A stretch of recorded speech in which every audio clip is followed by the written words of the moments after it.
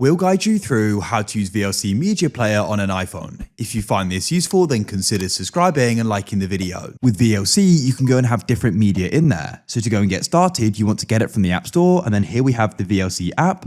You can see at the moment it says empty media library. And so what we need to do is go and start adding some media to the library. Go and have the media downloaded on your phone. If it's currently in your photos, that's fine. You want to go and tap on it, press the share button in the bottom left, scroll down and press save to files, and you can press save. If you've just gone and downloaded it, go and find it in your files. You can go and press browse and locate it. It's probably in your downloads there on your iPhone.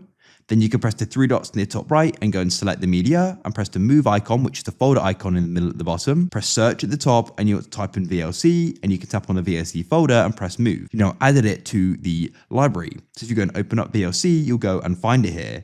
You can go and switch to audio at the bottom as well. And then you can go and tap on it and you can start playing it. It's that simple. You've got playlists, you can go to browse, and you've also got your settings as well.